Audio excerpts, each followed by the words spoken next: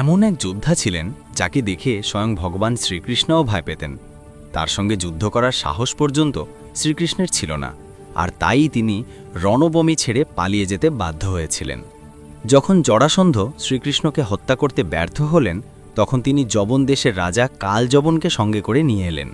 কালযবন ভগবান শিবের কাছ থেকে এক বিশেষ বর লাভ করেছিলেন। কোনো অস্ত্রশস্ত্রই তাকে আঘাত করতে পারবে না এবং কেউ নিজের শক্তিতে তাকে পরাজিত করতে পারবে না। এই কারণে যখন কালযবন শ্রীকৃষ্ণকে যুদ্ধের জন্য আহ্বান জানালেন, তখন শ্রীকৃষ্ণ তার সঙ্গে যুদ্ধ না করে পালিয়ে যাওয়ার সিদ্ধান্ত নিলেন এবং একটি গুহার মধ্যে গিয়ে লুকালেন। সেই গুহার ভেতরে বহু বছর ধরে এক সাধু গভীর ঘুমে নিমগ্ন ছিলেন। সেই সাধু এমন এক বর লাভ করেছিলেন যে যেই তার ঘুম ভাঙাবে সে সঙ্গে সঙ্গে আগুনে পুড়ে ছাই হয়ে যাবে। ভগবান শ্রীকৃষ্ণ নিজের পীতাম্বর বসন সেই সাধুর গায়ে ঢেকে দিয়ে নিজে লুকিয়ে পড়লেন। যখন কালযবন সেই সাধুকে দেখল, তখন সে ভাবল, এই তো শ্রীকৃষ্ণ। সে সঙ্গে সঙ্গে সাধুর ঘুম ভেঙে দিল।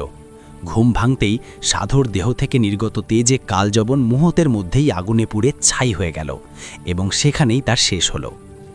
তো বন্ধুরা, ভিডিওটি ভালো লাগলে অবশ্যই চ্যানেলটি সাবস্ক্রাইব করুন।